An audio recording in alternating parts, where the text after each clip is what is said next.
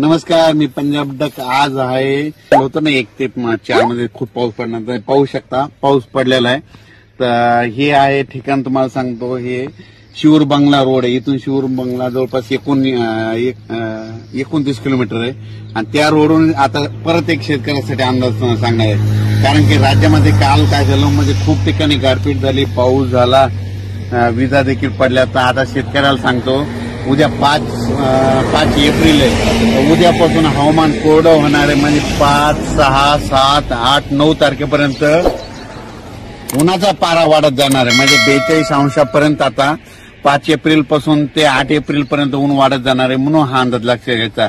आणि 9-10 तारखेला परत एकदा ढगाळ वातावरण येणार आहे. म्हणून हा अंदाज लक्षात घ्यायचा.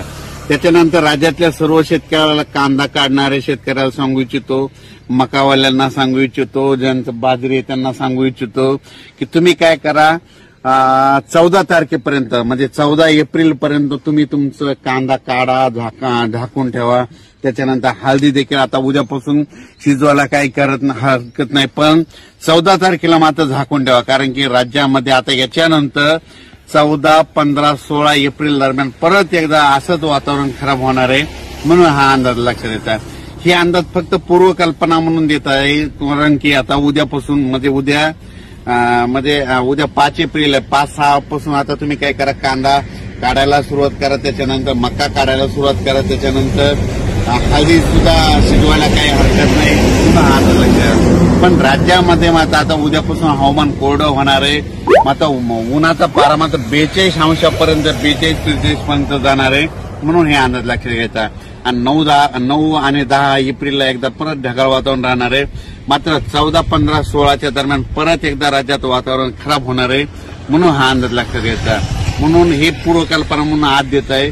परत अंदाज उद्याचे लगेच येणार आहे. पण शेतकऱ्याला सांगू इच्छितो की उद्यापासून हवामान कोरडं होणार आहे. आता अवकाळी पाऊस काय येणार नाही. फक्त सांगायचं झालं तर म्हणजे कर्नाटक आणि आंध्र प्रदेशमध्ये सध्या म्हणजे यानंतर म्हणजे 5-6-7च्या नंतर 5-6-7 एप्रिलला पाऊस पडणार आहे. त्याच्यामुळे काय होईल, आंध्र प्रदेश, तामिळनाडू, कर्नाटकच्या सीमालगतचे जे भाग आहेत समजा आपले महाराष्ट्रातले, मग त्याच्यामध्ये येईल उदगीर, लातूर, सोलापूर, त्याच्यानंतर जत, सांगली, कोल्हापूर ह्या पट्ट्यात मात्र थोडं वातावरण थोडं खराबच राहणार. म्हणजे 5-6-7 एप्रिलला ढगाळ देखील राहणार आहे. आणि तिकडे कर्नाटकला पाऊस पडणार आहे. त्याच्यामुळे थोडंफार तिकडे कमी जास्त प्रमाणात थोडं पावसाचं वातावरण